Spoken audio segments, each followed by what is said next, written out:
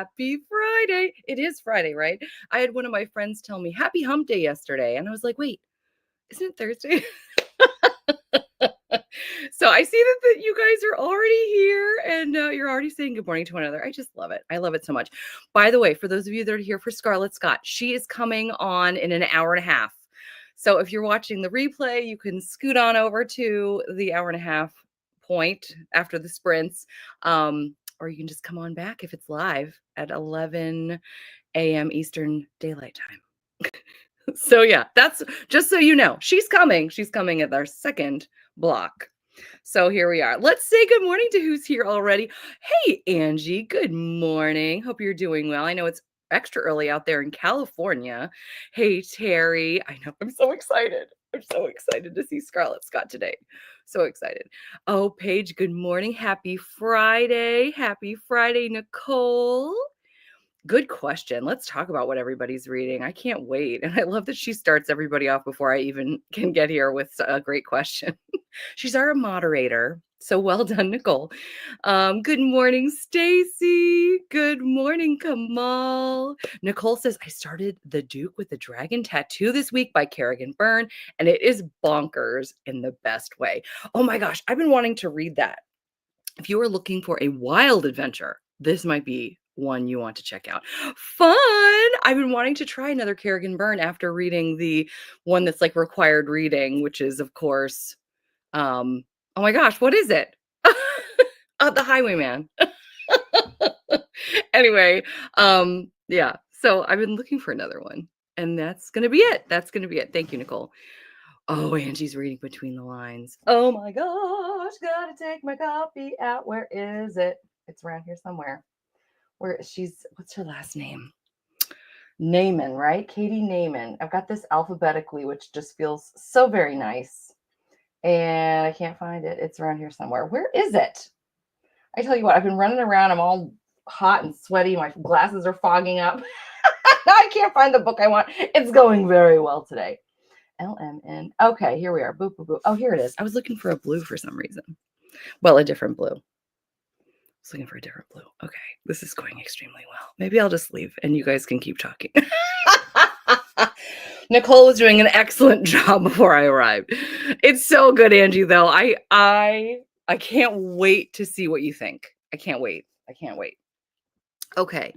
Paige says, I'm glad to hear you're enjoying it, referring to The Duke with the Dragon Tattoo. Still reading Married by Morning by Lisa Kleypas and loving it. Oh, yeah. That is coming in 1 week. We're going to be doing the live show at 8 p.m. Eastern Daylight Time. Cannot wait to talk about my man Leo and Catherine Marks. Oh, so good. It's so good. I think I'm going to do a top 10. Actually, I really kind of need this right now. I'm running around like mad all morning. It's warm today. It's warm. I'm not ready. I'm still in winter mode for some weird reason. Anyway, I want to do like a top 10 Leo quotes for our live show next week. I think it's going to be so fun. Hello, Dee. Good afternoon to you. I hope you're doing well. Good morning, Wyoming. Good morning, Silly. Thank you so much. It feels like it's been forever. Oh my gosh, it's just been so long. It's been like a week, right? It feels like a really long time. I've been missing you guys, and I'm so glad we're back together this week.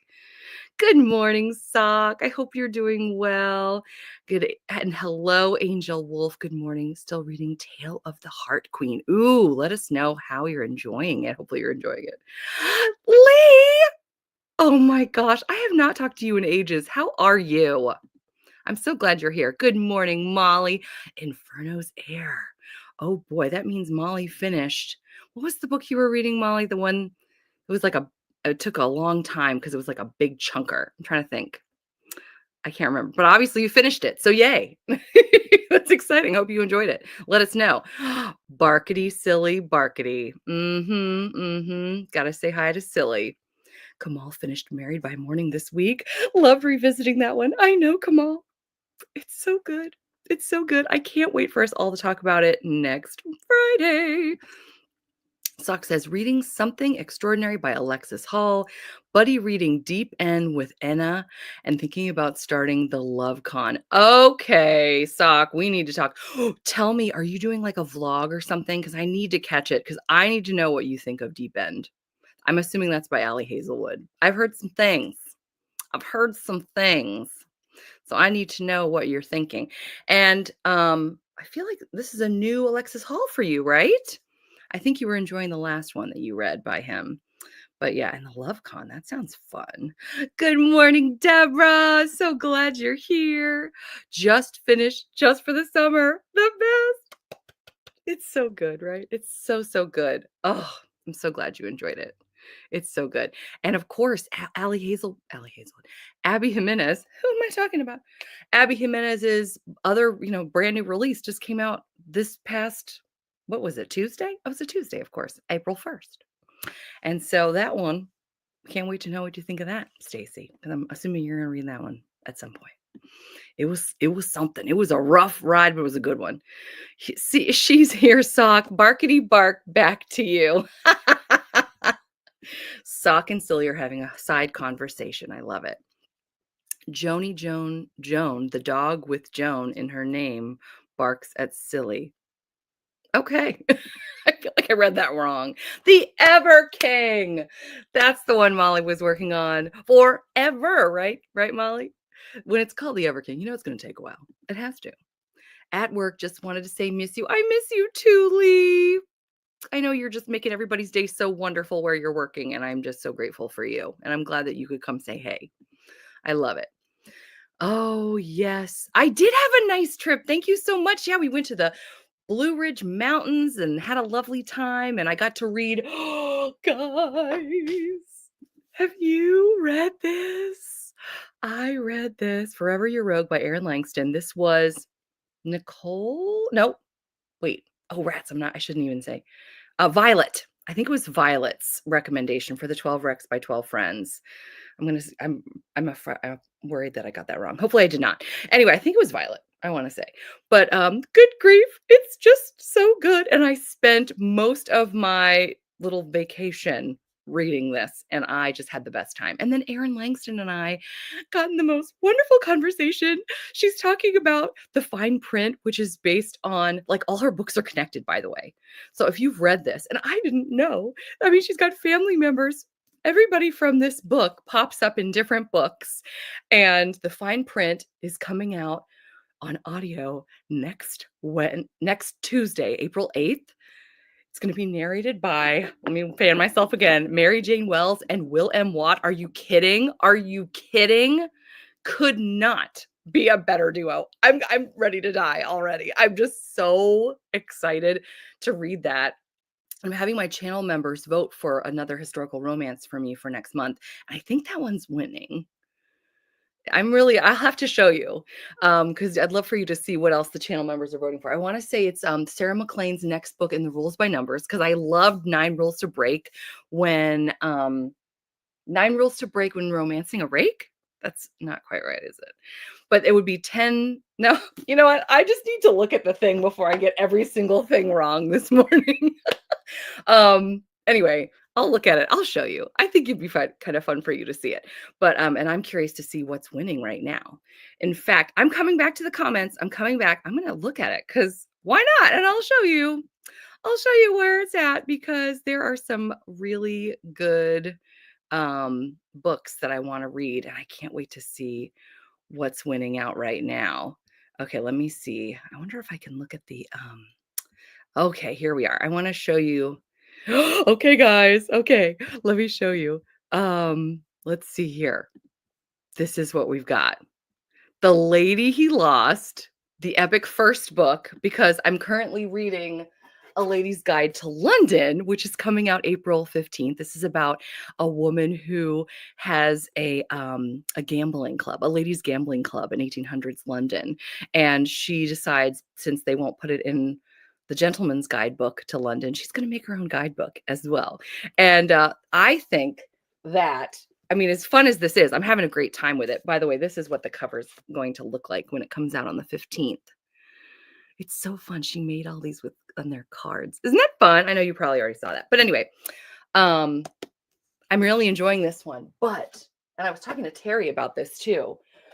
This one looks like it's gonna be just epic. This is the woman that starts the ladies gambling club. A man comes back practically from the dead. I probably told you this already, but I'm really excited about it. It's on audio too, so if you want to listen to it. But yeah, he was presumed dead. He was military, and he comes back, and the gal he was engaged to she's married to someone else. Like everything is gone for him, but his old best friend, who I think there was always something there, he's trying to win her, and then he gets accused of desertion.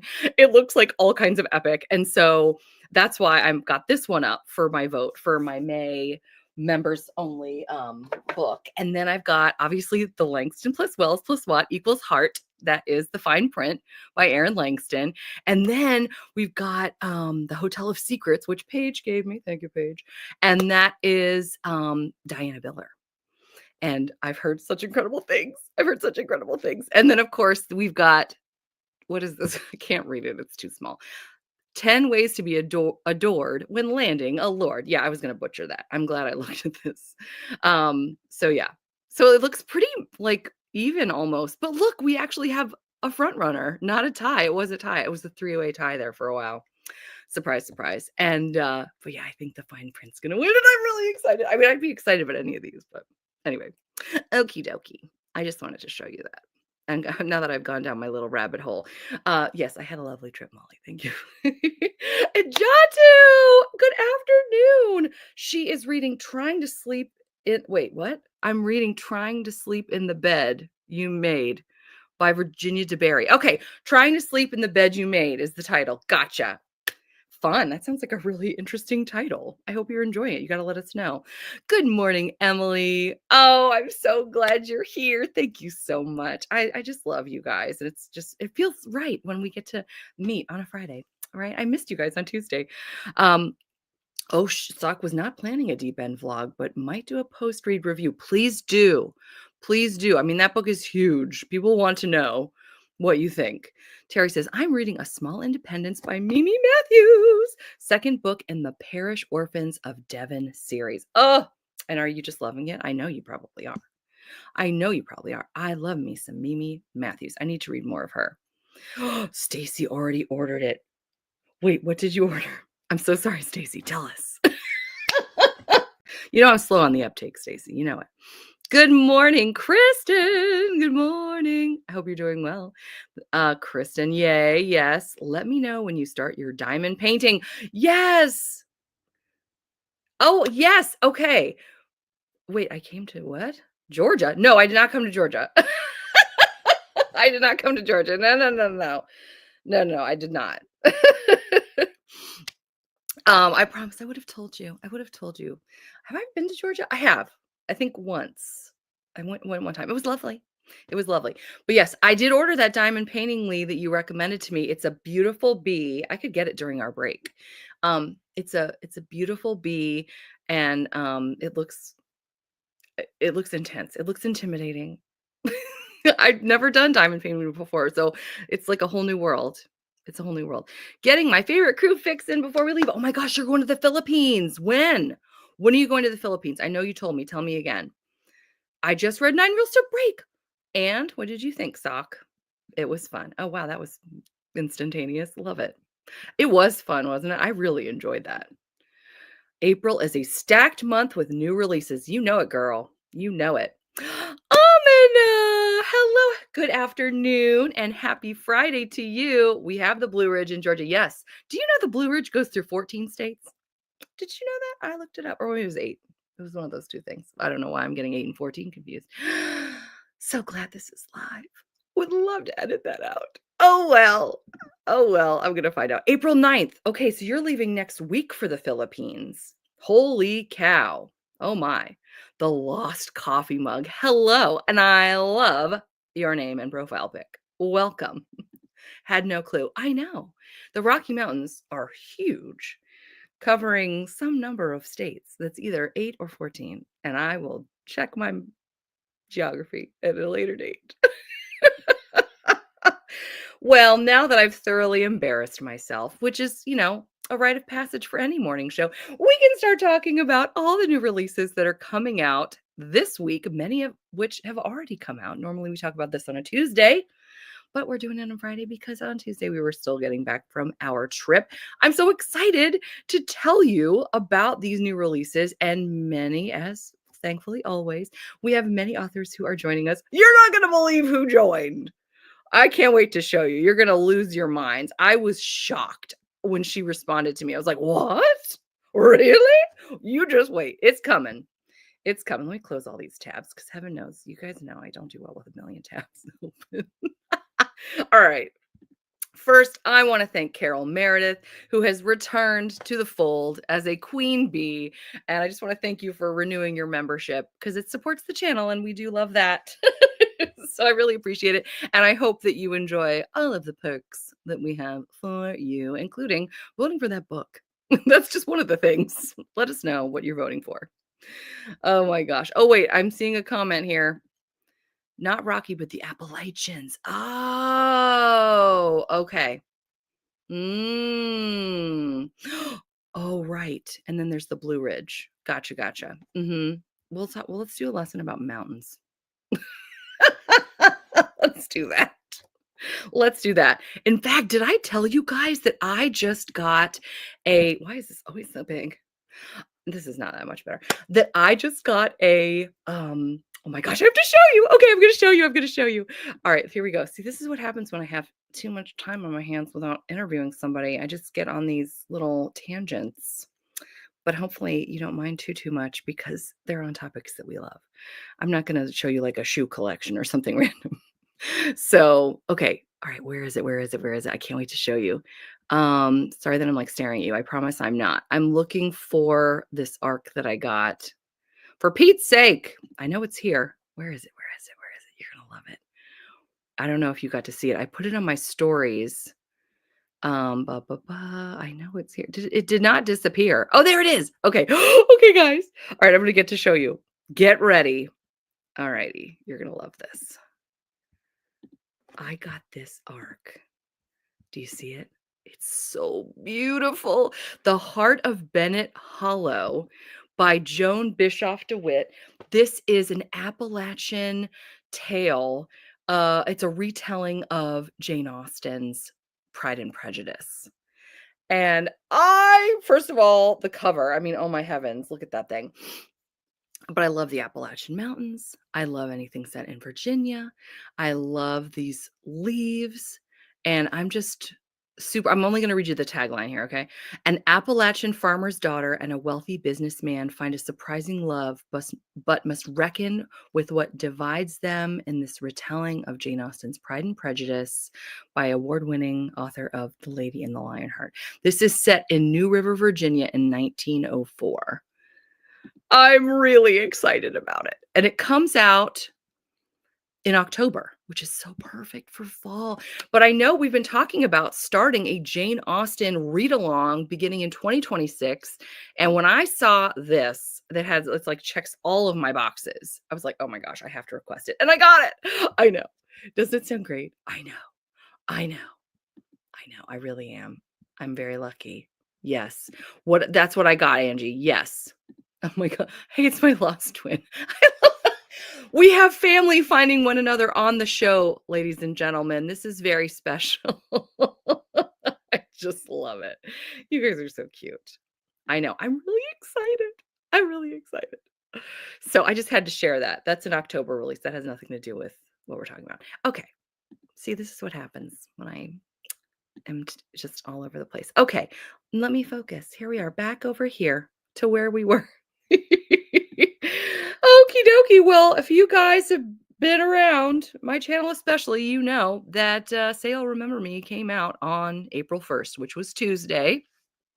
It's still doing quite well. It's got hundreds or thousands at least of, I want to say roughly 9,000 to 10,000 reviews already on Goodreads. And it's got a very high score still. I know Goodreads scores are not the end all be all. I'm just sharing just in case you would find that interesting.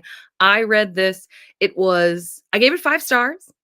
It was very good. but very difficult to get through. And I'm talking for those of you that have been doing the Abby Jimenez read along with us, it was equal, like, hard to this one, her very first published book, The Friend Zone. I'm just going to tell you right now.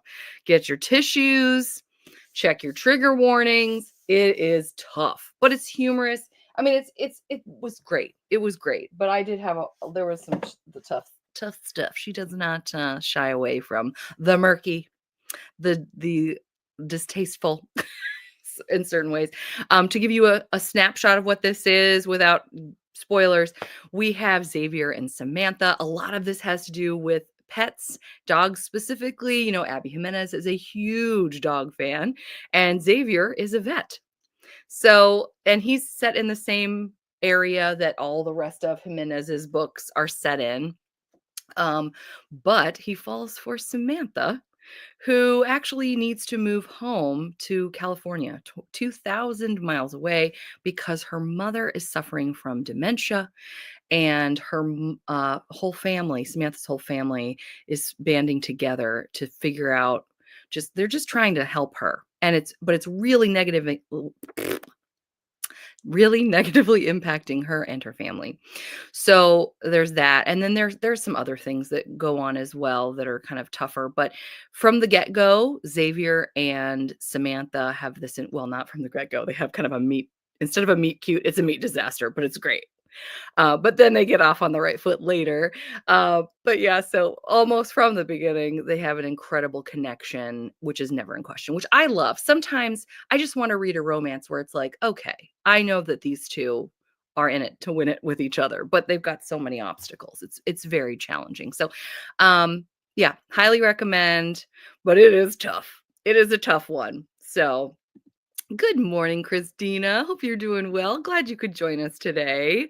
In addition to Say You'll Remember Me, quite a few books were released on the 1st, including Lori Foster's Let Me Be the One. And I have to share, this was the one I was geeking out over a moment ago.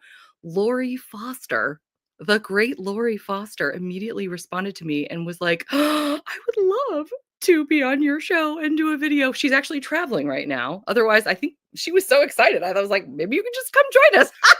We should have her sometime because she's the queen. She's amazing. And here comes a video from her. I can't wait to share. You guys are going to love this. If I can find it, it's on the desktop. Okay, here we go. Boom. Hey everyone. First, thank you to Bea for inviting me on here. She has an awesome YouTube channel. If you haven't been checking it out, look at all the different stuff. She said I could mention my different books because these are all out fairly close together. This is The Two of Us that I did with awesome author Maisie Yates. And my story, all the proceeds for the life of the book, the advance and all the royalties go to a local no-kill animal shelter. The characters in here adopt animals. And actually I'm wearing that shirt. So it's the Animal Adoption Foundation. Then April 1st, I have Let Me Be the One. This is two brothers that had very rough lives, and then they got adopted by an amazing woman. And then later, of course, they found their perfect other to make their lives whole. So this one's Tanner's story. This is out April 1st. And then let me check my cheat sheet. April 29th, Lilac Time is out with I've admired Fern Michaels from afar. I've never met her in person. Of course, she's amazing. And then Carolyn Brown, who I have met, who's also amazing. And this story is out April 29th. And then The Guest Cottage is out, check my cheat sheet again, May 27th. So I'm terrible. You try to give numbers to a right-brained author and it gets difficult. So anyway, this one is out, a woman who had a terrible breakup with a husband, the guy dies, she starts over, and life gets better just when she didn't think it could. So all of those out fairly close together, March, April, and May. And again, thank you, Bea. I really, really appreciate it. Hope everyone has an awesome day. Isn't she just lovely? And yeah, Emily's right. Yeah. I love that she's donating her proceeds, and she is the queen. I actually have linked in my description box the website of the shelter that she's talking about. I believe it's the right one. I looked it up, but I believe that's that in case you'd like to learn more. But I just think that's so special that she's donated the proceeds. How amazing. So yeah, I was so grateful that she was able to come on. I was blown away. So looking back here, I also want to comment on what Emily said about our previous slide, this book. I love romances where the conflict comes from outside of the couple, like in this case, family responsibilities, rather than issues within the relationship. Yes, yes. Could not have said it better myself, and I didn't, because you did. Yes, occasionally that is what I want to read. That is what I want to read. I want to read stories where they're just there together and they know how much they care about one another, and it's other stuff. So yes, you're going to love this book then. You're going to love it. Okie dokie. We just talked about this one with the fabulous Lori Foster. So let's talk about another one. This is Love the Duke by Amelia Gray. This was also out on the 1st of April. And I'm going to go ahead and tell you a little bit more about this one, because I know we've got some Amelia Gray fans in the house and we have time. So believe it or not, even though I've been taking us off track like a lot. So let's see what this one is about. This, by the way, is book 3 of 3, at least so far, in the Say I Do series. Love the Duke is the final novel. Okay, then it is the third of a trilogy in the historical romance Say I Do trilogy about dukes needing to wed to tap into their wealth. When the Duke of Hurstbourne receives a letter from his childhood friend asking him to marry his sister Ophelia, Hurst declines. He's not averse to taking a bride, but he believes in love at first sight that stirs his desire, not marriage sight unseen. Adhering to society's strict propriety for ladies, Ophelia Stowe has no choice but to present herself as a man. I love it when they do that. I love a good hidden identity. As a man to seek the Duke of Hurstbourne's favor. If not for the dire situation she finds herself in, she wouldn't have asked for help from the handsome man who had rebuffed her. When the alluring Duke's response is a plan of his own, Ophelia never dreams it would be a proposal of marriage of convenience. But the stakes are high, and the good name of the Stowe family will be damaged if a missing antiquity isn't found. When she accepts his offer, she quickly finds she isn't immune to the passion building between her and her new husband, or how real the marriage begins to feel. So that one looks fun. Out 2 days ago. 3 days ago. 3 days ago. I can do math. I promise. I know. Isn't it great? And I love that it's like you know me because you referred to the book that you were talking about rather than me go, which book was that? And this is your first time here. I am very impressed. Good job. We've also got My Secret Duke, which was out on April 1st by Sarah Bennett. I actually requested this arc and I got halfway through. I really did enjoy it, but I wound up DNFing because many of you may be aware, those of us that like to read lots and lots of books, there's so many books in the sea. And if one's not really connecting after 50%, you might say, maybe this one isn't for me. I still think that I'm going to tell you a little bit about it, see what you think, see if you want to give it a shot. So I actually really loved the beginning because we have our heroine and our hero. They're friends. She's newly on the market, or having her season, I should say. And he is kind of a ne'er-do-well. He's a little bit of a rake. He's a little bit of a troublemaker. But she's really smitten with him, although a match to him doesn't serve her family in any way. So of course he's off limits. Though, every time they get together, he kind of figures out a way for them to spend lots of time together. Man, do they have chemistry. Man, do they hit it off. Man, do we have a fabulous scene where they're playing billiards. You guys know those billiard scenes. Am I right? We've all read them. These hot, I'm teaching you how to play billiards. I mean, it was good. It was a good scene. And then, of course, they get walked in on. And it's a problem. So she has to leave because she's like, this is not going well for me. I'm not giving spoilers, I promise. In any case, he ends up bumping into her again throughout. He really wants to try to make things right with her because he feels like there could be something there, but she's got her own, she has to follow her family's plan. And the thing about this was, for me, and I don't want to sway people against it, but tell me what you think, truly. There are a lot of characters in this book. Many family members. They've got actual family members, half family members, potential family members, estranged family members on both sides. And I felt like while I was reading, has this ever happened to anybody? I felt like I was reading, like I needed to have like a pen and pencil, pen and pencil, a pad and pencil so that I could take notes because I was like, this is a lot. And then as I was getting further into the book, we're still getting a lot of these people. It's a lot of this whole ensemble cast, and they all have backstories. And they're like, well, guess what? And this also this other thing. And I'm like, who, what's happening? It felt like she's setting us up for like a Bridgerton style, many books, because our heroine is one of 7 or 8, I think 7. She has a brother and then 5 sisters, for example. So it's very good, and I would love to see like a million novellas about all these people, but I just felt like there was a lot. So I'm curious though, have you experienced this? What are your thoughts about this? Would you still read this? Do let me know in the comments because she's a great writer, no doubt about it. But at the 50% mark, I was like, well, I don't know. So, I gave it like a soft DNF, and I was kind in my review, and I didn't rate it because I don't like to rate. Again, we can talk about this too. I know we've discussed this before.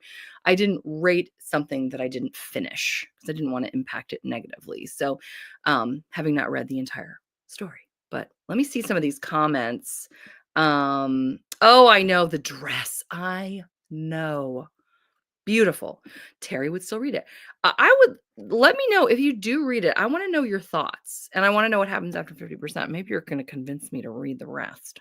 That would be kind of fun. That's a lot of people. I'm so confused just hearing you talk about it. I know. But it's just so funny. We got to the 50% point and there were new revelations about more side characters. And I was like, what? If I didn't have other books, let me just say this.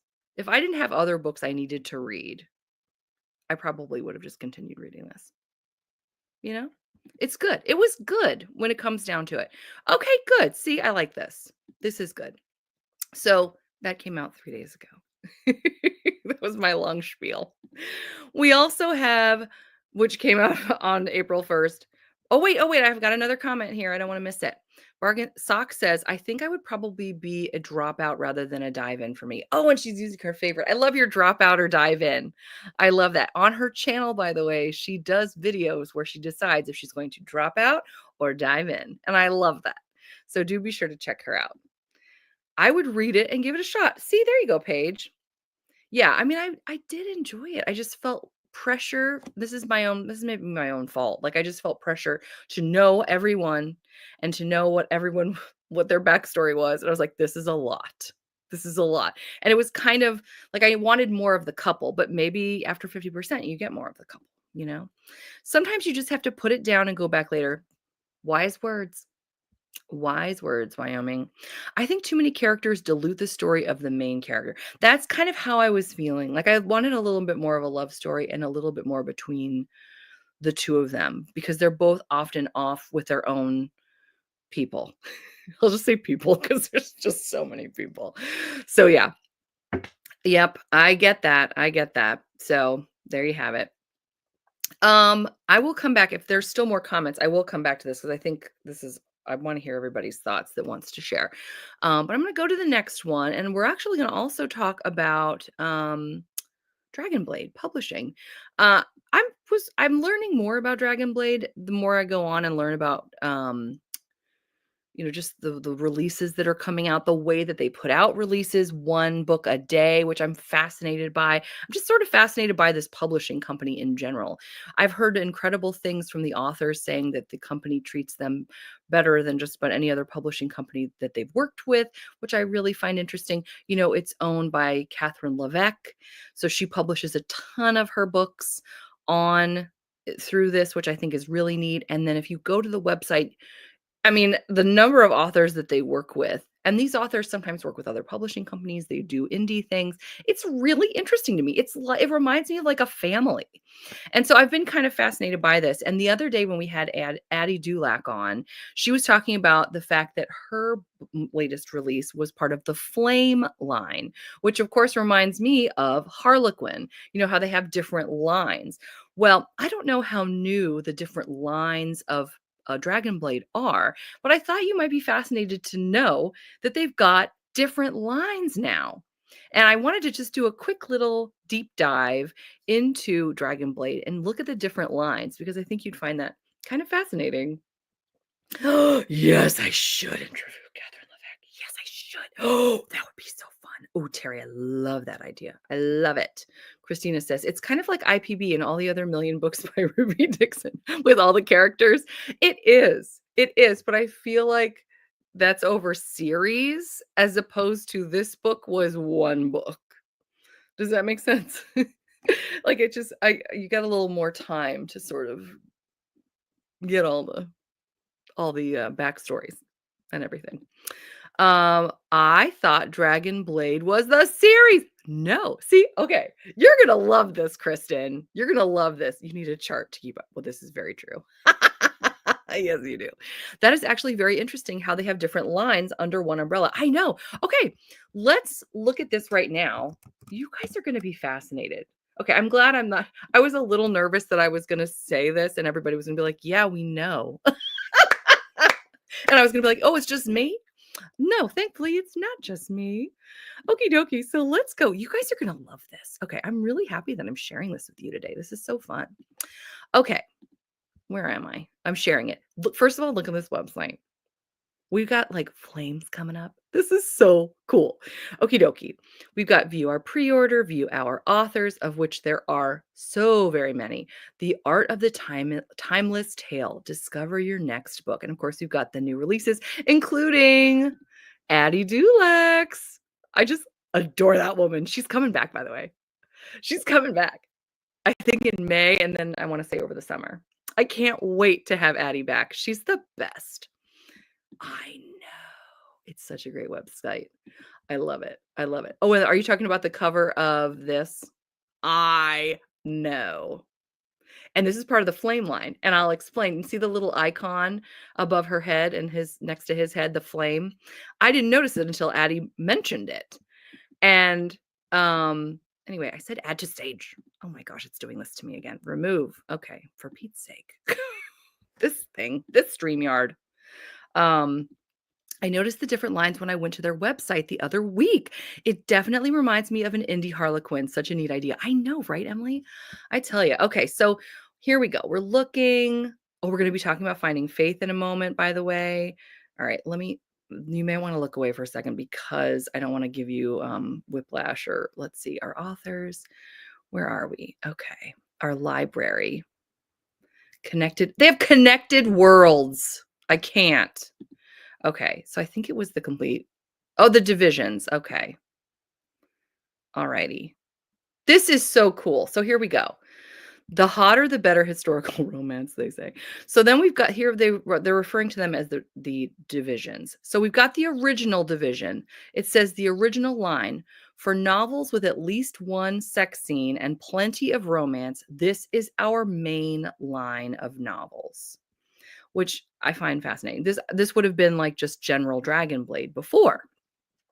Now, I'm not going to go through all of this because believe it or not, and I'm sure you believe it, this goes on and on and on and on. And I'm not saying that in an unkind way. I'm thrilled. But I'm just saying we could do this all day, and I'm not going to make you do this all day. I have this link, by the way, in my description box if you want to learn more. So that's the original line. Then we have Legends, publishing and promoting historical romance authors who have been published for 15 years or more.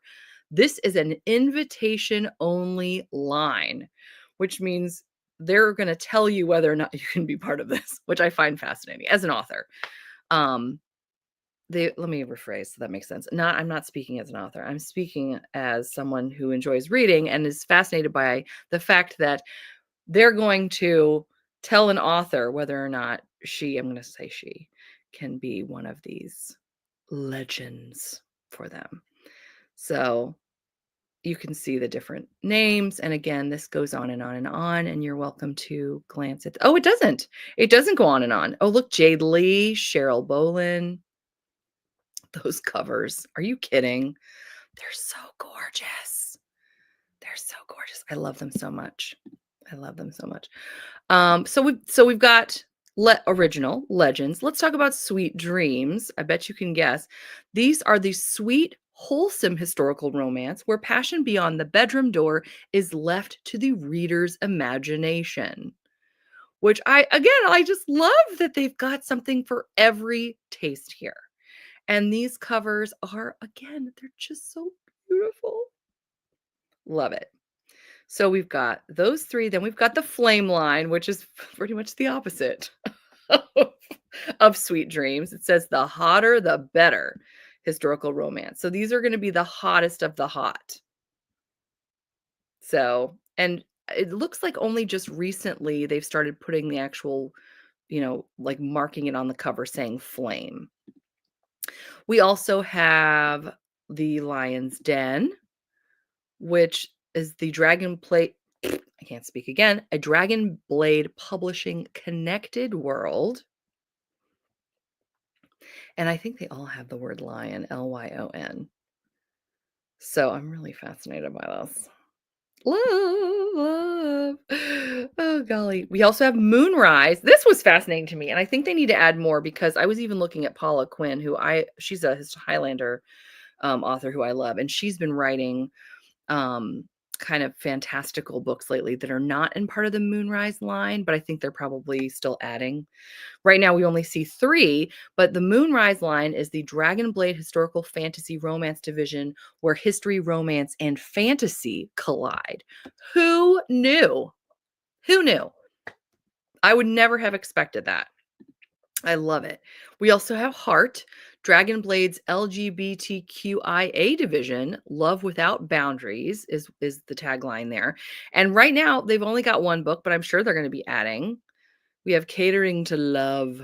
And then, of course, the queen herself, Catherine Levesque, which, I mean, I would love to know how many books this woman has written because look at even on the side, you can click on the different lines because she's got a million series. I mean, wow. She must write a book a day. But isn't that the neatest thing? I just love that no matter what your tastes are, Dragonblade has gotcha. I just find that fascinating. I like that it's user-friendly. Some author and even publishing sites, you need a map. I know, right? I tell you. So my one question with this is if you don't, I mean, I suppose you'd have to reference the website. Because with some of these, the ones that they haven't put the, flame on the cover yet, for example, there's no way to know, I don't believe, unless you're referencing the website. Or perhaps there is. I would be curious to know. I need to ask that. I might ask Addie when she comes back. Don't authors know we aren't made of money? That's true. Where's that money tree I need to buy all those books? Actually, and you know what? I'm going to click on one of these, Christina, because you're bringing up an interesting point. So if we click, we go to order now. I think it takes you to Amazon Kindle, for example, which it's on Kindle Unlimited. So if that helps, good night. That's quite a cover. Yeah. So now that you know this, so you don't have to be made of money, actually. You can, for Pete's sake, guys, I'm so sorry. I forget that it doesn't change over. Let me show you what we did. I'm so sorry. Good night. Okay, let me share the right screen with you so you can actually see what I'm showing you. Let's go here. So I clicked on one of the books. Are we actually looking at what I'm trying to show you? Thank you. Sorry, guys. This is not my day. Not my day. Okay. I clicked on one of the books. It took me here where you can order now. And if I click on order now, it takes me to the bottom. And if you want, you can click on Amazon Kindle. And now it's going to take me to, see, finally I'm learning. Finally she learns, ladies and gentlemen. to show you the correct screen. You just have to, unfortunately, click out of the other screen.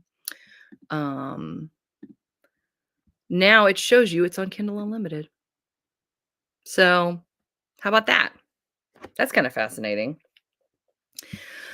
So yeah, so you don't have to be made of money. Actually, you could even buy a lot of these or read a lot of these on Kindle Unlimited. All you have to do is click on the books. So kind of fascinating. But I just wanted to share that because I thought you guys would find that neat too. Let me head back to my slides, which are starting from the beginning now, as you can see. But we were talking about Bats Out of Hell by Lily Harlem, which, as I just mentioned a moment ago, is part of the Flame line. And we will learn about this one right now. And Flame being the hotter the hot, or the hotter the better. What did they say? The hotter the better. So this is going to be one of the hottest romances that you can read from the Dragonblade label. All right, let me type this in and we'll learn more about it.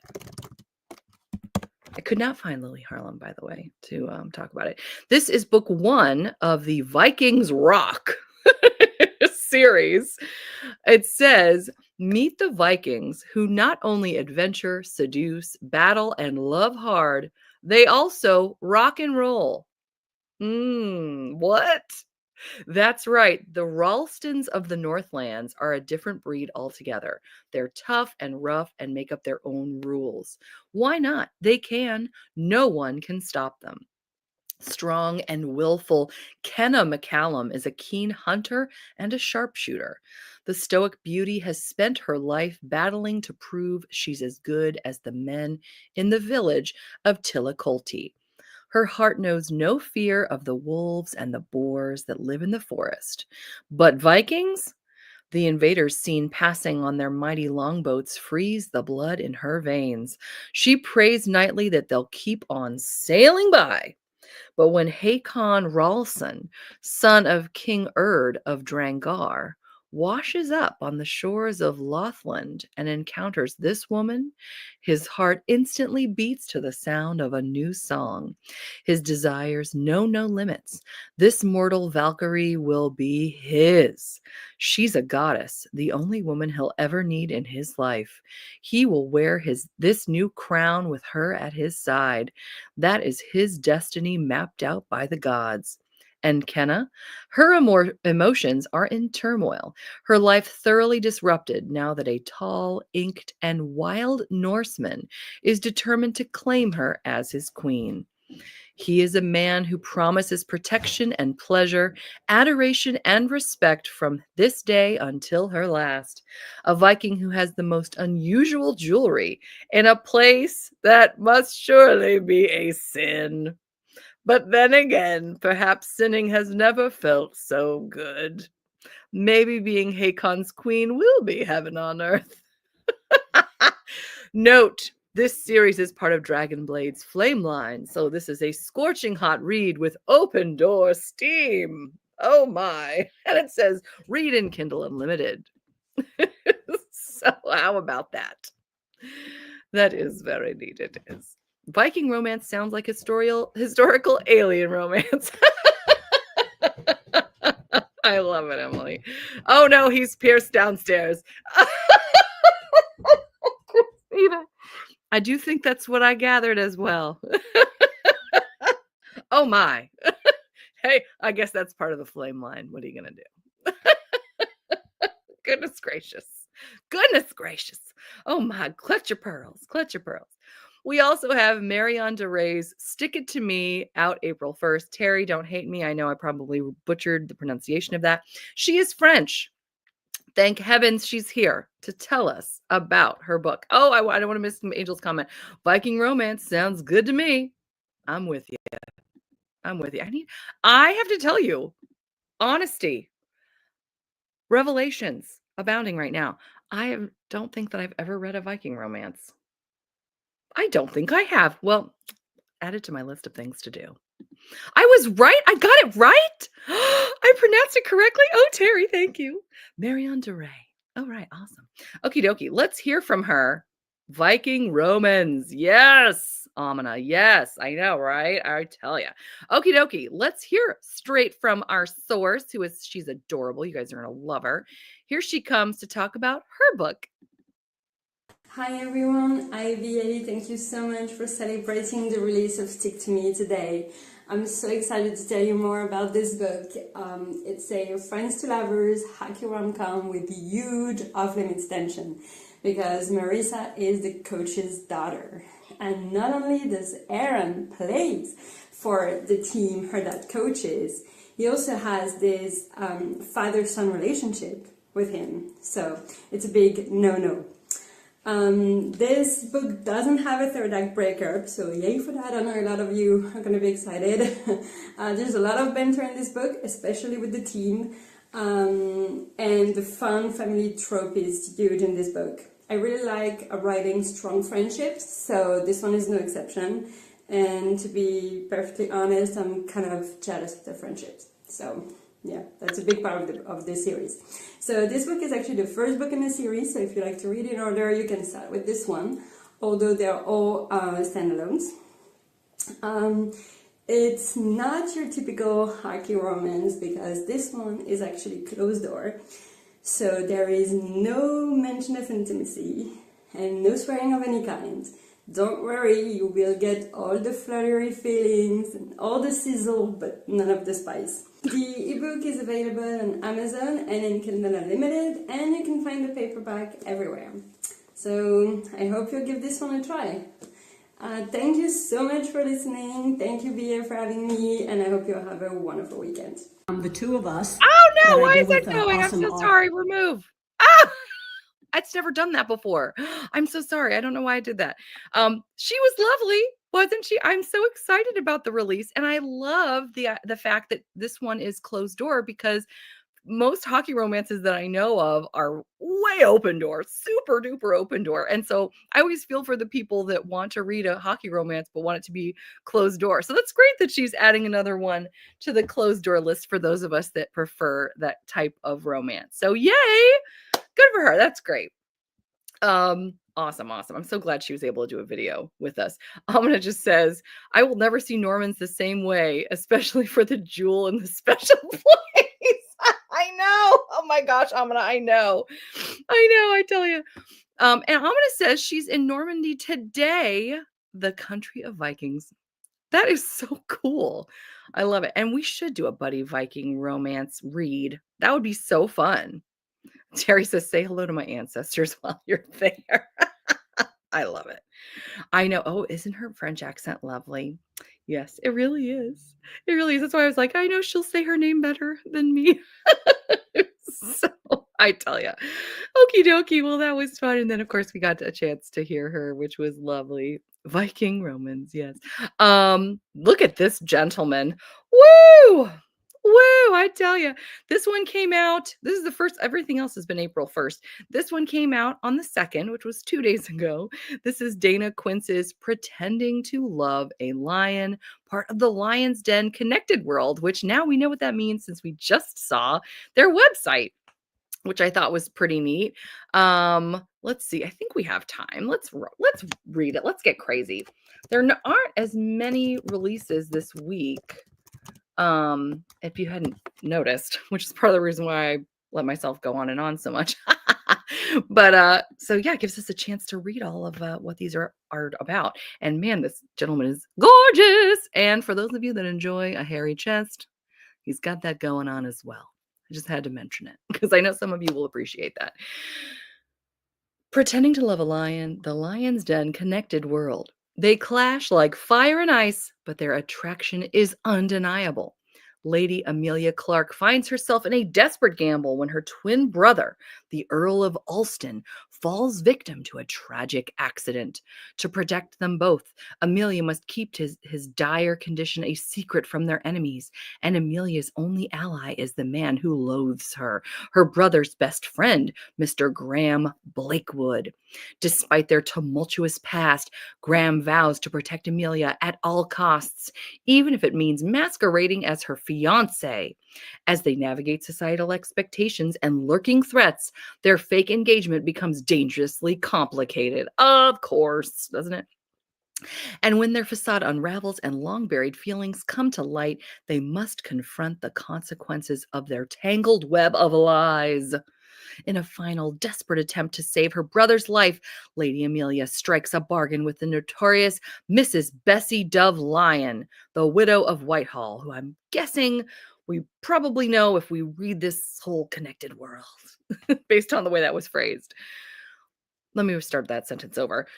In a final desperate attempt to save her brother's life, Lady Amelia strikes a bargain with the notorious Mrs. Bessie Dove Lyon, the widow of Whitehall, for her discreet services and powerful influence. But there is always a price to pay when gambling with love and death.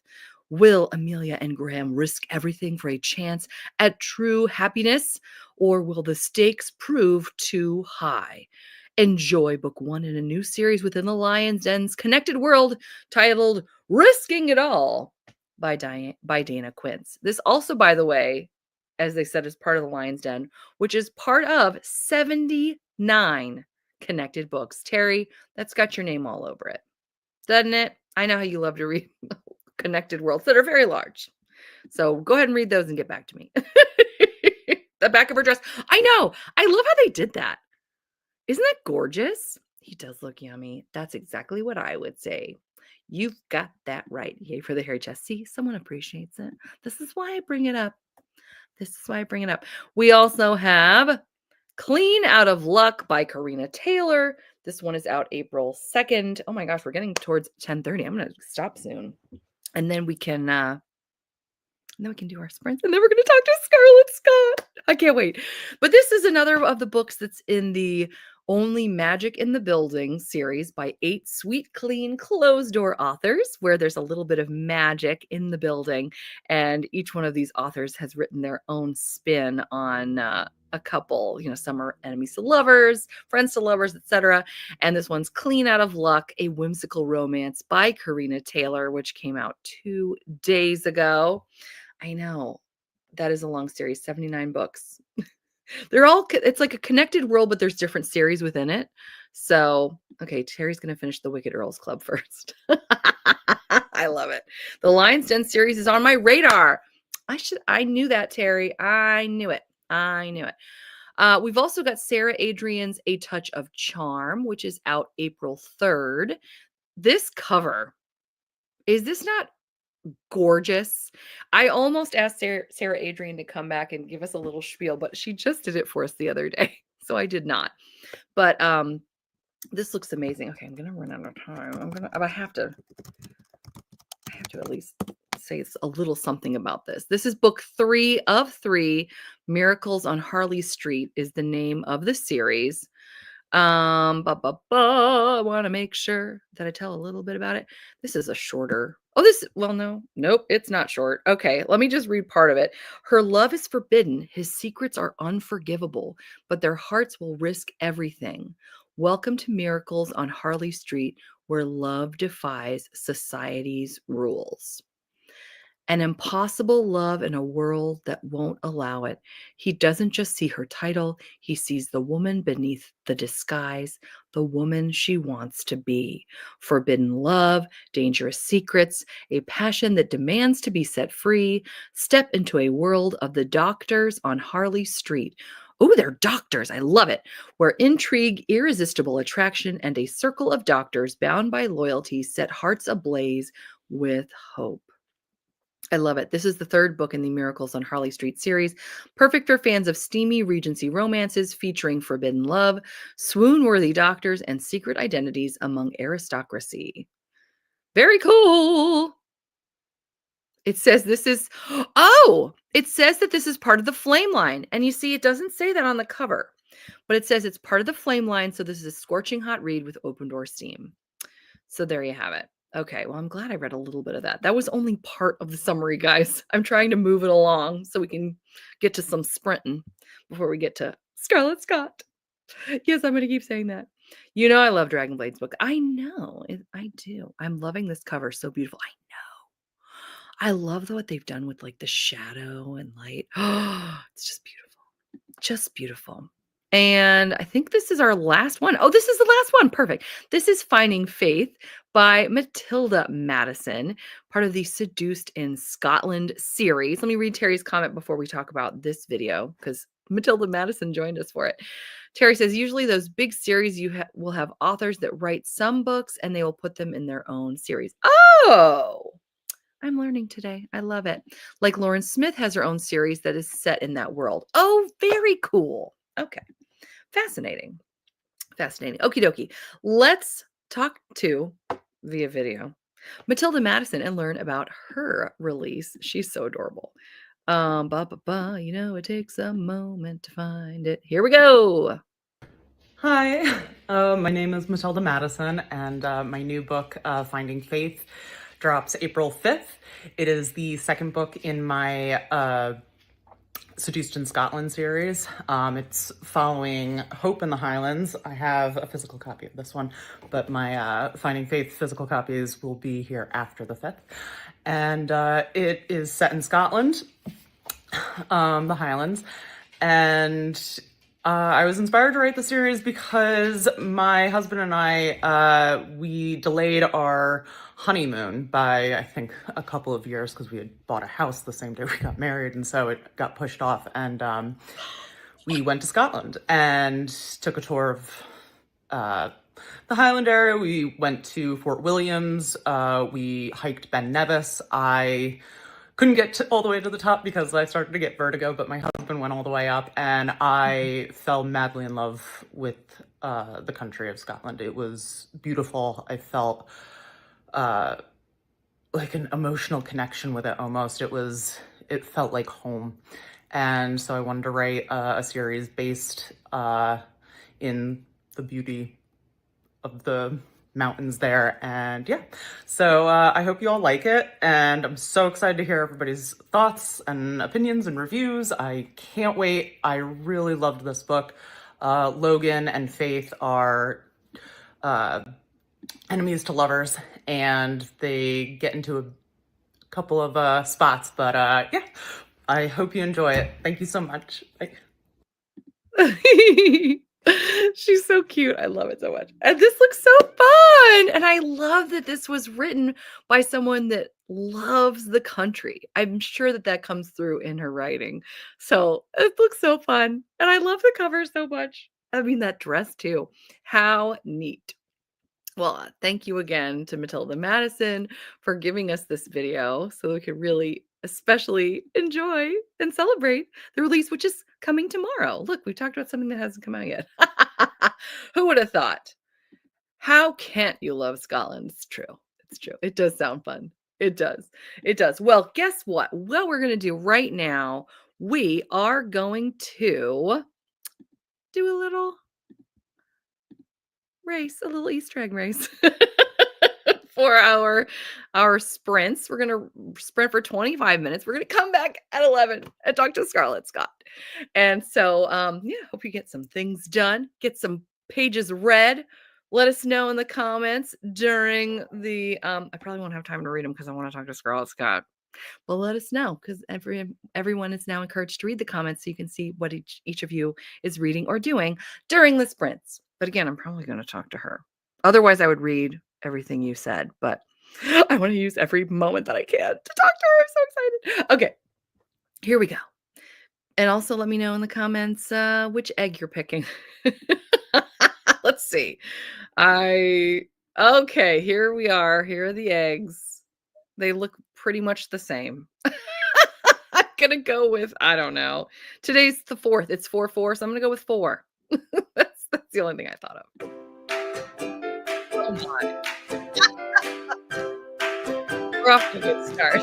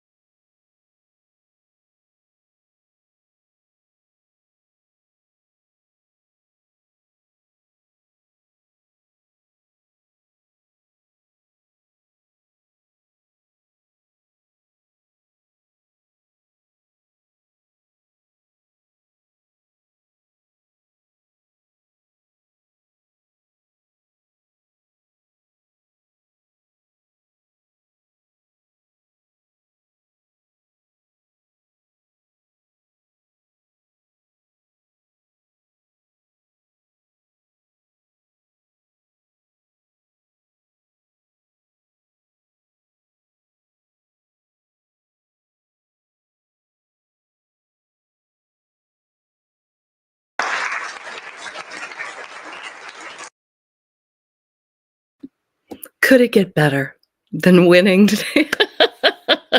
I know Wyoming won. Terry won. Terry's like, yes, finally. I finally won. I love it so much. That was fun and so silly, but that was great. Okie dokie. Well, let me remove this because we want to impress Scarlett Scott and not have her be like, what is this? Okay, so I'm so excited, guys. This is going to be so fun. We have the incredible, the incomparable, the amazing Scarlett Scott joining us, and here she is. Hello. Hello. Thank you for having me. Oh my gosh, are you kidding? Thank you for being here. I'm just so excited. And everybody in the chat, I know, we're so excited to talk to you today. I mean, you've got the most incredible backlist. And I mean, the stories that you've written, they've just meant the world to so many of us. And the fact that we get to talk to you, I mean, it's just bucket list. I mean, I'm just so excited. Thank you. Oh man, I don't even know where to start. There's just so many good things to talk about. But yes, hello.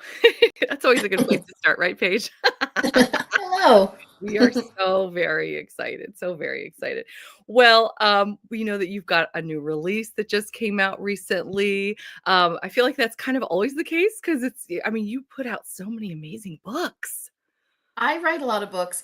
I'm a full-time author, so I have a lot of time to put out a lot of books. I just love it. And we'll talk about as many as we can today. Let's start with, I love to start with this question.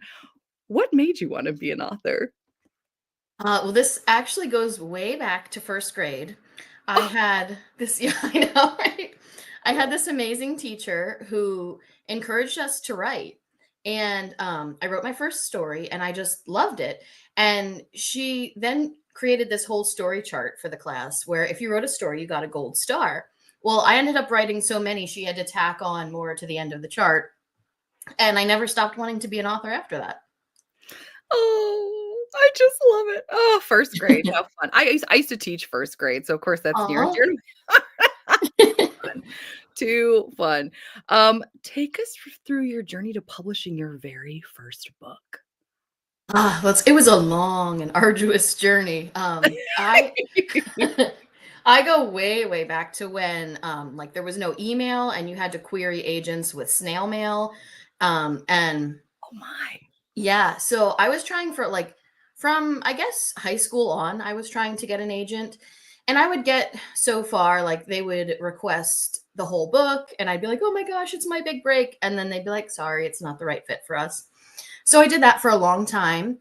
And then I went to college for writing. And when I graduated, I was like, I'm gonna pursue this again. So I ended up publishing with Alora's Cave, which was, I don't know if you ever heard of them, but they were a digital first publisher, way back in the day. Yeah. And yeah, one of the original ebook publishers, predating Kindle Unlimited and all that good stuff. But they ended up going out of business. And so then I got my books back, my rights back, and didn't know what to do with them. And Kindle Unlimited was happening. And I thought, well, I'll just put them in there and see if anybody reads them. And then from there, it took off. So I was very fortunate. Because you're fortunate because you're amazing. Thank you. That's what it is. Oh, I love Terry says, I know Alora's Cave. Yeah, it goes way back. I love that. Oh my gosh, that's the first I've heard. I love it. I love learning new things. All right, so let's jump to, because we're definitely going to talk about a lot of your backlist. It's just going to come up throughout conversation, but let's go ahead and jump to the latest release, which is The Duke with a Debt. I was going to make slides, but honestly, your website. Oh, and you've got it there. Oh, yeah. Let's do that instead. I was going to say we'll have to go to your website because I'm so impressed. But I mean, the fact that you have a copy. Let's talk about A Duke with a Debt. I can't wait. Okay. What do you want to talk about? Well, this is the second book, right? In your in the series, right? Yes. So it's the second book in my Wicked Duke Society series. And this is basically the premise of the series is that there's this group of 6 dukes who some of them, they're best buddies, of course. Some of them are kind of impoverished. Some of them are wealthy, but they decided to band together and join and create this club that's basically like a secret I don't know if YouTube will allow me to say what sort of society it is. Oh Is my. it okay? Like it's a steamy club for people that like adventuresome things. Let's call it that. Okay. There you go. Okay. So, but then of course along the way, they're all rakes because I'm a sucker for a good rake story. And along the way they fall in love, of course. And so this is the second in the series. And this one, I had fun kind of reversing things. A lot of times in historical romance, you have the Duke who's wealthy and powerful. And in this case, he's impoverished and he needs to marry the heroine for her money. And I had a lot of fun dealing with, so she's very wealthy and a businesswoman in her own right. And I had a lot of fun playing with the idea of, okay, he comes to her with this marriage proposal. And how does he convince her? And how does she get to keep all of her assets and make it work for her? And so that's kind of the fun I had with this one. I love that. Terry's like, yes, a businesswoman. Yeah. I love it when they're independently, like they're doing their own thing. It's so Yes. refreshing. Yeah. As opposed to, I'm getting ready for the season again. I know. We love that. We love that. Now, is this series going to be 3 books or are there more that are coming? There are more. It's planned to be 6 books total. Oh boy. Now, if I remember correctly, the first one came out in December. Yes. And then you've got this one that just came out. And then Duke with the Secret, is it next month or June? That one's set for June. June. Yeah. Okay. Because it seems to me that you put out more than one series at a time. Is that right? Right now I only have this series going, but I'm writing Duke with a Secret, and what I'm probably going to do is start another. I like to write different lengths, and also I've noticed that readers really enjoy different lengths as well. So I can release novellas and I can write them quicker and release them quicker. So what I'll usually do is have like a novella length, or which ends up for me being more like almost novel length anyway, because I have a hard time writing short, but Sure. so I'll have like a shorter series and then a longer series that's like a full length, like a 90,000 word count, 80 to 90,000 word count, like Wicked Duke Society. Fun. Now, do you have a preference, or it sounds like you just like to kind of mix it up, but do you prefer novellas to novels, or what's your preference? Find that I really enjoy both. What I like about a novel is that you can really spend time with the characters and build them and their relationship a little bit more. But it's also nice to write a shorter book. And even as a reader, sometimes I like to read a shorter book, like just a one bite sort of book, Yeah, So absolutely. I like being able to mix it up. And do you enjoy putting out different series at a time, or would you prefer to do just one at a time, or Well, how does that work? the funny thing is I ended up sort of accidentally doing that because I had old series that I was adding on to, and then I'm sort of like a shiny new thing kind of person, and I'm like, I'm starting this new series, so I was writing in multiple series, and then at some point I had a contract with Dragonblade Publishing, so then I had to do that series for them and keep my own series going. So I've always just been writing in 2 series, and then after a while I thought, this is exhausting, like I just want to focus on one series. But now that I'm doing that, I'm like, I miss writing in multiple series, so I'm probably going to go back to doing it. I love that. I love that you have the flexibility to do that. Yeah, me too. That's so terrific. Now, for this series, or you can talk specifically about Duke with a Debt, how did you get the idea to write this or these? Well, the idea for this series, so actually this goes back to my Wicked Husband series, which is one of my original series. And the last book in that series had a couple that I sort of hinted at, the Duke of Brandon and Lottie.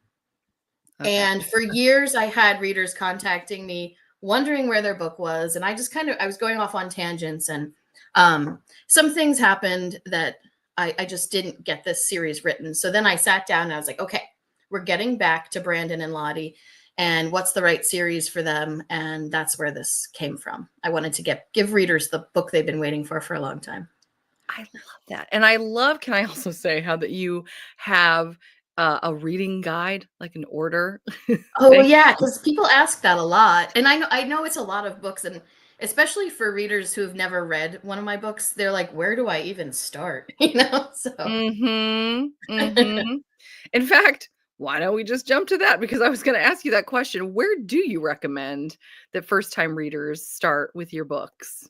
Well, a lot, it depends. I always ask if people prefer Regency or Victorian because, of course, I write in both time periods. Yes, yes. And then I tend to do spin-offs. So my Regencies have their own spin-offs, and then my Victorians have different spin-offs. So if you Mhm. like Regency, I always say The Wicked Winters is a great place to start because that's kind of the beginning of it all. And then I created a Regency world where you'll see reoccurring people, characters, and things like that across the series over time. I'm sure your audience just eats that up. They do, yeah. They really seem to like it, so I which pleases love me. it. Oh, truly, truly. Now, and you mentioned that you also write in the Victorian, I Yes. cannot speak today. I'm so sorry. The Victorian era. Yes, Which of course is where we are here with the Duke of the Dead again. right.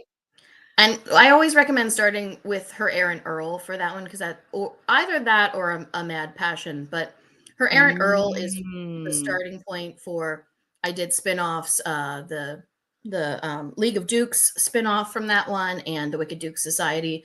And there's just kind of a whole big world that kind of is an offshoot of that. So I love it. Now, okay, I'm gonna remove this so I can see you a little bit better. So you mentioned that you write Regency, you write Victorian. Why both of those eras? well, okay. So first of all, let me just say I love Regency, but Victorian is my favorite.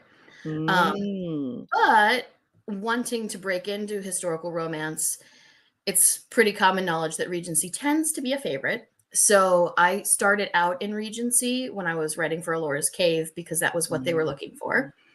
And I found that I enjoyed it, but I missed Victorian, so I kind of snuck over into Victorian. But I've always just kept writing both because once I settled into Regency, I realized that I liked it, but Victorian's still my favorite time period. And what it's so funny that you say that because we've actually had quite a few authors on the show who talk about the fact that they really, really love the Victorian era. Let's say their favorite era. What about it for you? Do you really enjoy? I really like that it's almost the beginning of modern times, and you can play a lot more. Women were gaining more rights, um, and there's a lot of inventions that are more modern. There's trains. There's just so many more. There's electricity, so it feels a little bit more familiar, and things are kind of we're at the beginning of some exciting things historically. And I guess that's just, and also I prefer the fashion as well Yeah, of the Victorian era. so fun. Oh, I just love that. I just love it. If there were an era, this is one of those hypotheticals I think I shot your way. If there were an era that you were to write aside from this, like what would you I remember we've talked to the Kate Bateman about that. I love her too. She was talking about other places she'd love to write aside from England, for example, other time periods. What about you? How do you feel? I'd love to write Gilded Age New York. That's something I'm really interested in, but I've just never. I have had some like New York heiresses that make their way into my books, but I've never set a book in New York City. And I have a lot of research books waiting for me to tackle that, but I just haven't gotten around to that yet. Oh my gosh. I know so many people are probably cheering right now. How fun. How fun. That would be amazing. So, who would you say are your greatest influences? That's a tough one because I would say that I have a lot. But definitely what really inspired me was to write historical romance was when I was younger. I have an older sister, we're best buds, and she was old enough to be reading, you know, regular romance, and my mom was encouraging me to read. It was there was these short regencies that were like closed door back then, and I don't think they publish those anymore. But my mom told me, okay, you can only read these. And of course, I was sneaking into my sister's collection, stealing them. And so the first one I read was Kat Martin and her Joanna Lindsay's and, you know, all of those. So I think that's where it started for me. So that's probably the spark that started it all. I love that. Okay, and I have to ask now, how much older is your sister than 8 years older than Okay, me. I was gonna say. Yeah. It's no wonder she got those. She's so much Yeah. older. I always like to Gotcha. tease her that she's my significantly older sister. That goes over really well, as you can imagine. I can imagine she just probably loves that. She does. Oh my gosh, that's too funny. I love it. Okie dokie. I'm going to ask you one of my very favorite questions to ask, which is, what makes a great story?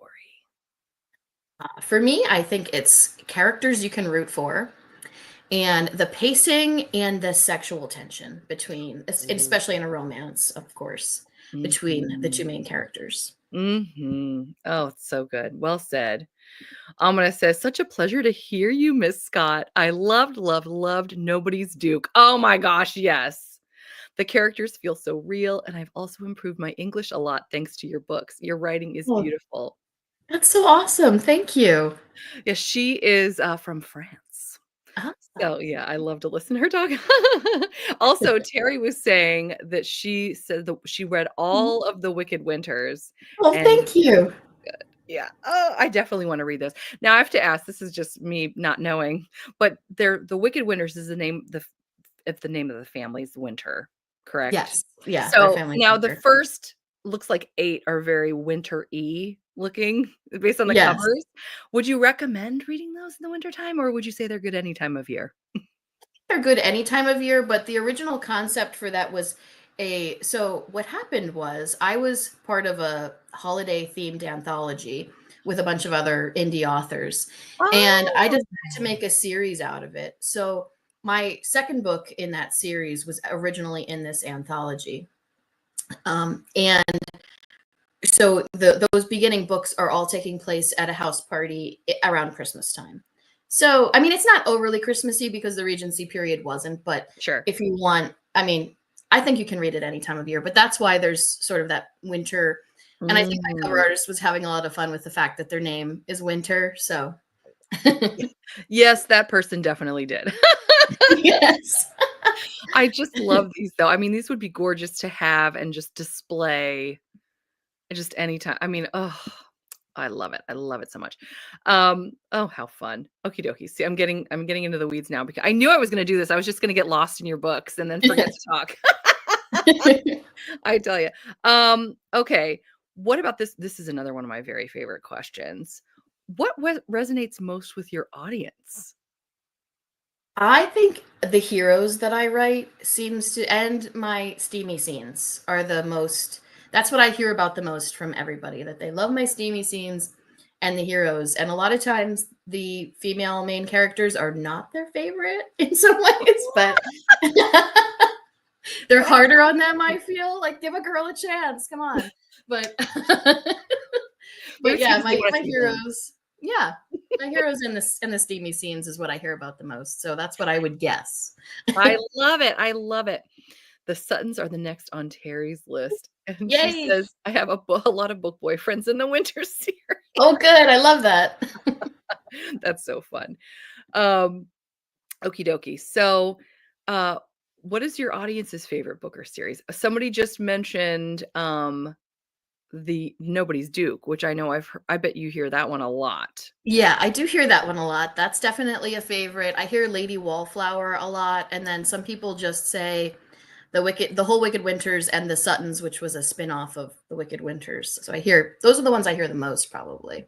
Interesting.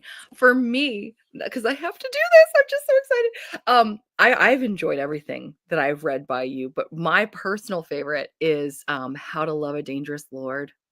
Oh, thank you. So good. It's so good. And I fell in love with Nando, the little brother. I don't know if it's Oh, little, yes. but the brother. And it is driving me crazy. I have so many arcs to read, physical arcs. I have not had a chance to read Nando's book, and it is driving me crazy. I cannot wait. He'll wait for you. Thank you. That makes me feel better.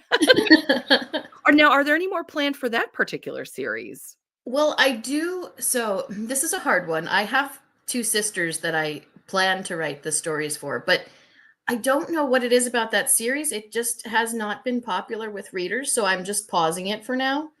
Because yeah, I'm kind of baffled. The only thing I can imagine is that maybe some people, and I did hear some feedback that some people don't like royalty books in historical, and they didn't like that it was a fictional kingdom. So I don't know if that's the issue, but yeah, I had to pause because for some reason people aren't loving it. So That's great that you can just pivot. Like, you don't have to feel like you have to continue something that you're not. Yeah, well, that's the nice thing about being an indie author. If you're seeing that people aren't loving something, you can be like, okay, well, we'll try this then. And so I went back to Dukes, which I hear all the time. Oh, there's so many Dukes. Why are there? We need less Dukes in historical romance. Well, people love to read them, so that's why we write them, you know?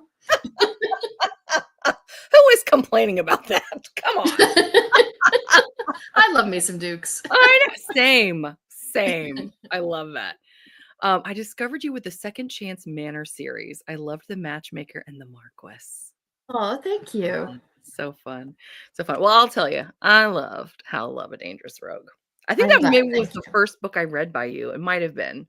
And I was just like, oh my gosh, Scarlett Scott is genius. I just love it. Thank you. I loved writing that series because I really enjoyed being able to kind of, you know, be a little bit more creative and make up a fictional kingdom and wars and all that. It's a little bit romantic-ish, but without the magic, I think. But I enjoyed that aspect of the series. Oh, absolutely. And just not knowing what was going to happen, because I love a good forbidden romance, and this couldn't have been more forbidden. Yeah. And so good. So good. Terry says, I would love a good series about barons. That's what we'll do. Get rid of those dukes and barons instead. Then everybody's happy, right? That's right. If you were to write in another genre, what would it be? Poetry, actually. And I do sometimes dabble in poetry, but yeah, that's what I would. Now, have you ever written any poetry in your books? I have I included a part of one of my poems as like the in the beginning of one of my books, but I don't often put them. It's because it's more like modern poetry and it wouldn't really fit the aesthetic of the historical, in my opinion, I guess. Well, that's what counts.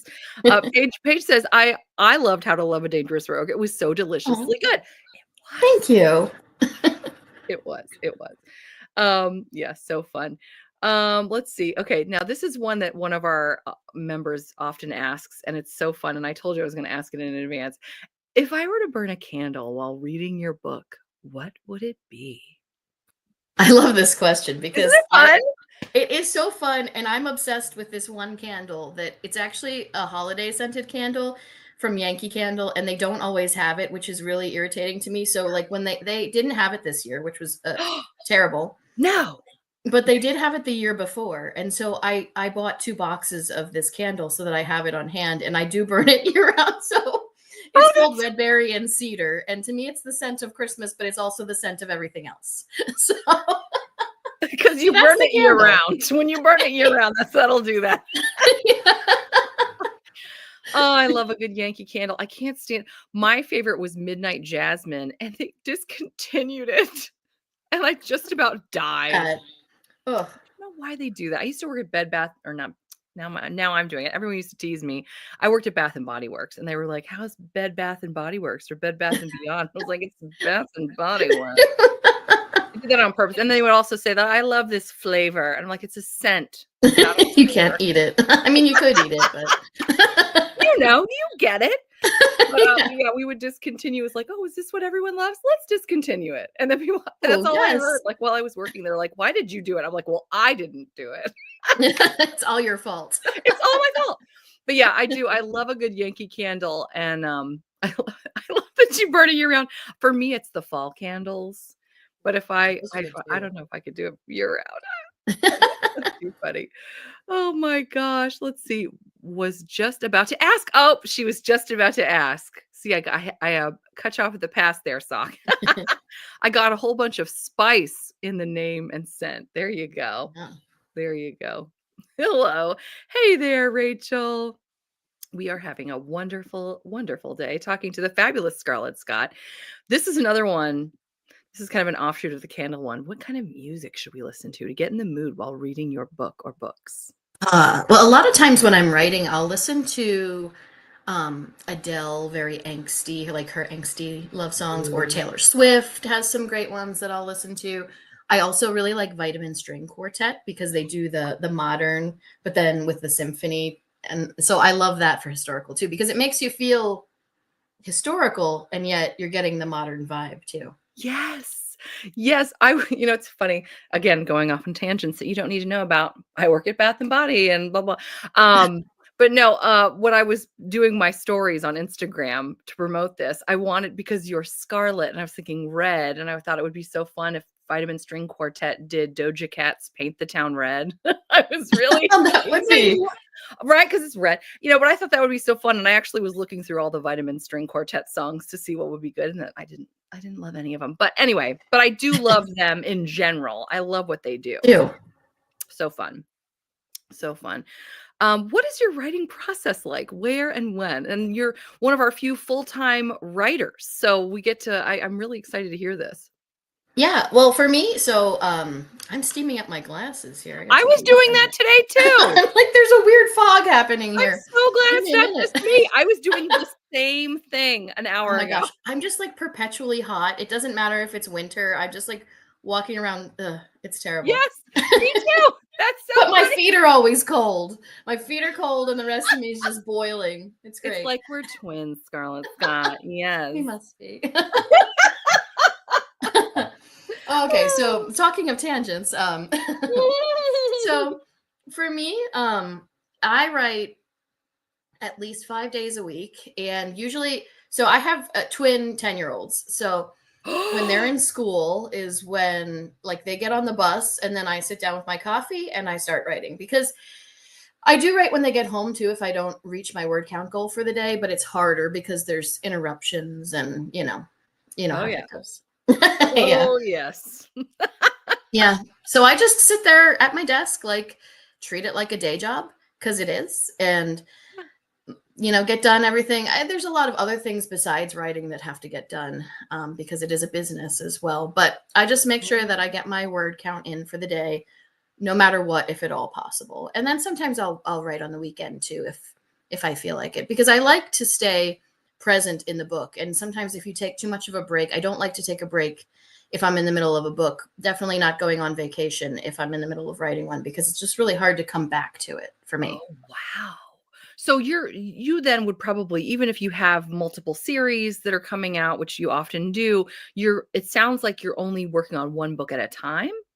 Yeah, I don't usually write 2 books at one time. I mean, I have already, but I like to stay in one book rather than flip-flop. It just feels better to me. That's fascinating. Wow. And do you write them out with a pen on a paper? You type, or do you ever? I type. Okay. No, I don't. I have a lot of friends who do the voice to text and like it. I've never tried it. It feels weird to me to be talking to myself. I can't get past that. And I'm such like a lot of writers that I know are the same way. You're a creature of habit. And so like I have my old laptop that it's like at the edge of dying. Like every day I'm like waiting for the blue screen, but I like the way it feels. I like the keyboard and I like the way it looks. And it's just like, it's what I'm used to. And it's like the keys are getting worn off, but I will use that thing till it dies. And so I'm used to writing with that. And I only type first. I don't really do multiple drafts. It's one draft and then it goes to editing and that's it. Wow. After it dies, that computer dies, you could throw that baby up on eBay and be like, this is the computer that wrote all those stories. Scarlett Scott dinosaur. Here you go. Yeah. People would love that. Are like, oh, she typed all her stories on that. What? That would be pretty fun. I love it. Oh, I was gonna ask this question. Who is your book boyfriend? My book boyfriend. Oh Yeah. my gosh, this is hard. You got so many good ones. Out of my own books? Is that? Oh, well, you know books that what? I've read? Answer however you want to answer. Okay. However you want. For my own books, it's always whatever hero I'm writing in the moment. So right now I'm loving the book that I'm writing with. His name is Reese. And he's just like, he's really fun and irreverent and bad, a little morally gray. So he's, manipulative, not afraid to do what he has to get what he wants. And he's kind of a lot of fun. But if I'm talking somebody else's books, one of my absolute favorites is Meredith Duran, who's incredibly talented, and I don't think she's publishing historical romance anymore. But I don't know her personally, so I don't know why. And I wish she would because she's great. She has this book. I think it's called "Fool Me Twice," and let me see if I don't want to say the wrong. Oh, you sound just like me also an hour ago. I was like, I'm just Yeah, it is "Fool Me Twice." Fool Me Okay. Twice. Meredith And Duran. the hero in that book is like, he's my book boyfriend. He's tortured and like, he's a duke and she's the housekeeper. And I love that dynamic. And that's one of my favorites. How fun. Oh, I love it so much. Terry says, the 3 older Wicked Winters are some of my book boyfriends. Dominic Devil and Demon Winter. Yes. Oh, yay. I love them too. Oh my gosh. Now, okay. You just mentioned the one that you're currently writing. Is this the gentleman from Duke with a Secret? Yes, it is. Ah, okay. So ladies, if the way she described her current book boyfriend suits your taste, that's coming out in June. Just FYI. I love it. I love it. Let's see. Okie dokie. That I love Amina asked the question I was literally about to ask. Okay.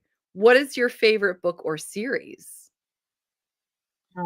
Is this of mine or someone else's? I'll ask again. Whatever you want to. Honestly, I'm happy for you to answer any way you want. I would love to know your own, but I know many authors feel like I can't pick a favorite child.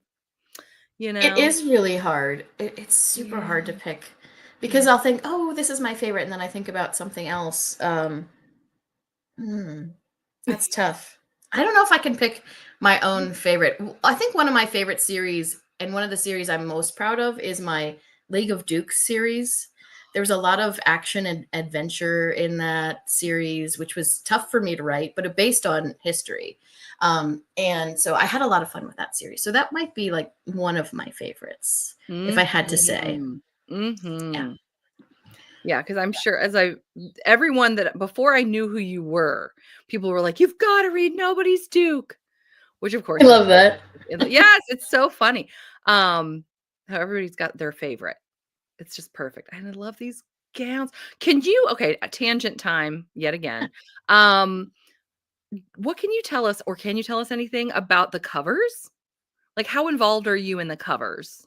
Well, I'm very involved in the covers because I'm really particular about everything. Like, I'm a control freak, and I will admit it. And that's also why I'm really good at indie publishing, because it's really hard for me when you work with publishers. A lot of times it's like they'll give you the cover, and if you don't like it, too bad. And they'll tell you what sort of series you're writing and give you the idea or whatever. And I don't do well with that. So for the covers, I'm very particular. Oftentimes I'll pick the couple, like the models themselves and the stock image. And I'll say what colors I want and what elements I want included. And then sometimes we go through different revisions to get it exactly the way I want it. And then sometimes, in fact, this just happened. So when I do a series, I usually commission the whole series at one time.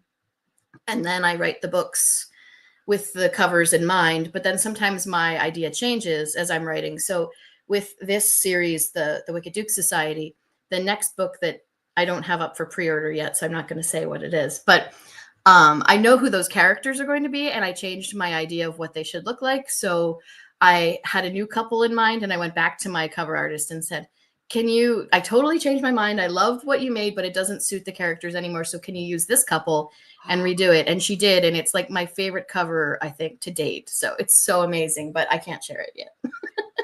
Oh, it's exciting though. Oh boy.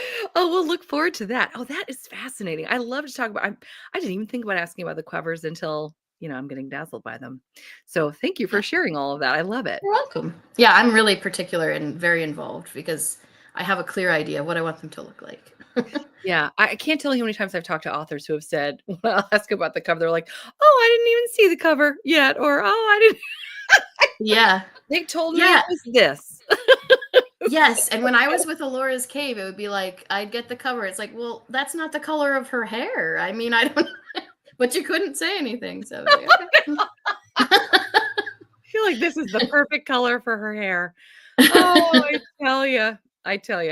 Okie dokie. So let me move this. Who would you say is your favorite heroine? And you're welcome to answer however you like. Okay. Um, Tuffy. Sorry. Well, I'm gonna go back to the one that I'm writing right now too, because I really do feel like I love whoever I'm with. I'm spending love my that. day with, and she is. Although I do really like my inventor heroine in the Detective Duke, but so in Duke with a Secret, she is a little bit like Victorian Martha Stewart, I'm gonna say, and she's based on a real life person who was the Victorian Martha Stewart. Her name's Agnes Marshall. Get out. And yeah, and she's super fascinating. And I've been collecting her recipe books. She had her own school of cookery. She published her own recipe books. She invented an ice cream maker. And like What? she went on speaking tours, she and it was just crazy what she did. And almost nobody's ever heard of her for the most part, but I stumbled across her at one point several years ago in my research, actually. And it was one of those things where I'm like, I'm going to come back to this sort of like build a character off of her at some point, but I didn't know when. I always wait till it feels right. So I finally worked my way back to her. So. Wow. That is really neat. Now, you also just mentioned, I always have to remove a screen. I'll tell you what, StreamYard. They just like to make life difficult.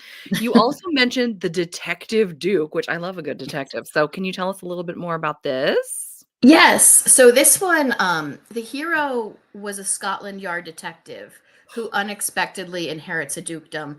And he's also, the estate is all run down and there's no money and he needs to marry for money. And the heroine was going to marry the previous duke. And so he basically inherits her almost as like his fiance. And they decide, and she wants to get married because she's an inventor. And she wants to get married to let her sisters have their moment. Her parents want her to marry first. So she's like, I'll just get this over with so I can pursue my inventions. And of course, they end up hitting it off. I love it. I love an inventor gal. That's amazing. Me too. Now, with this series, are there more? Oh, because this is Unexpected Lords, so it's not necessarily all STEAM or STEM related. No, it's not. Oh, yeah. Okay, gotcha.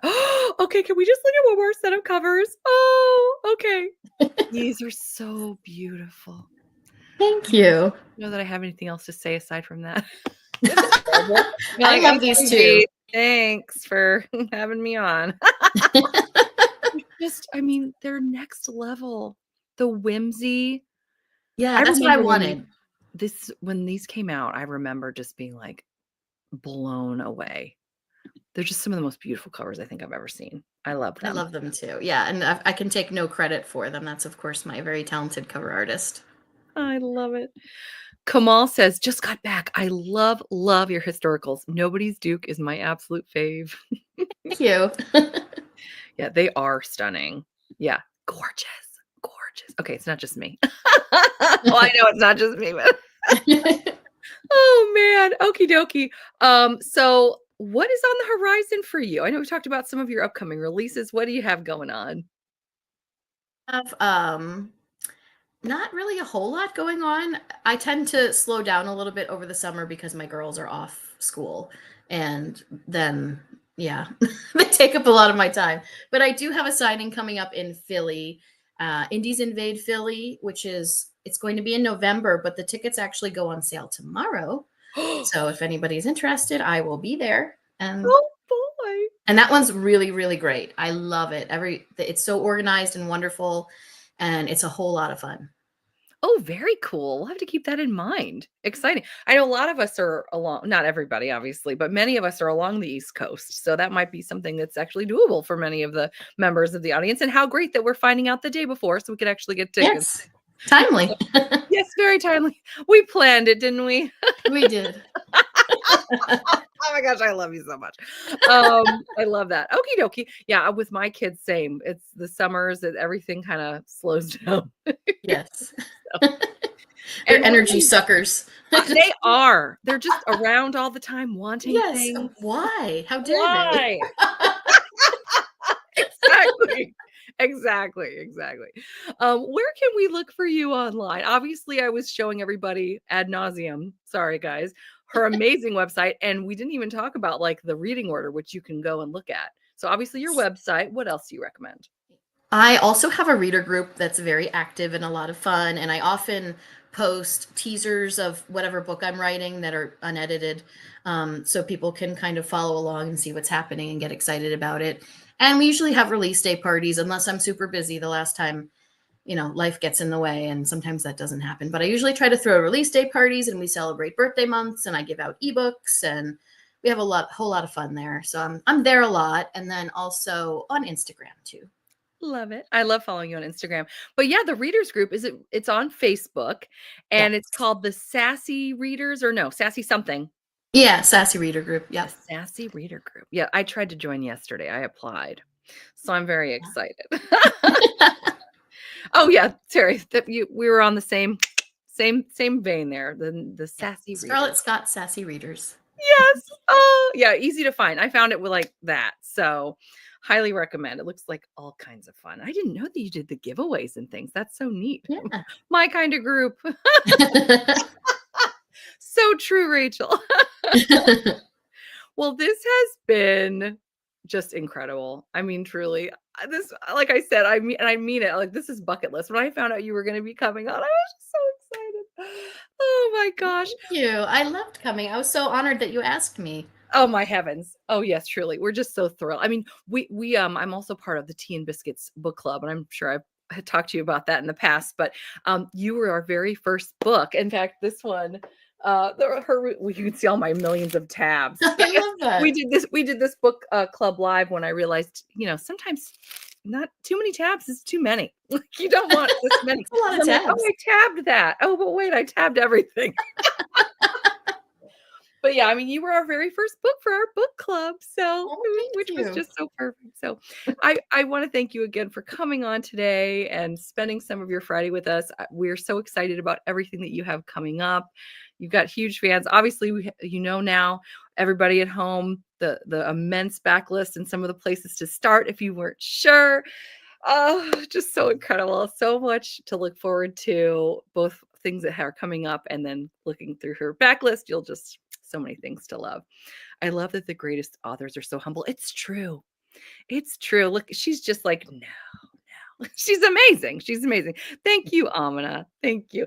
All right. Well, we're going to say goodbye because now I have my 5-year-old is getting out of preschool. So she'll be around and wanting things. They already know I can't do a live show if she's home because she will not let that happen. Oh yeah. Well, my 10-year-olds are the same. So. And you said they're girls. So Yes, they are. I have 2 boys also, and they are a little easier in certain ways.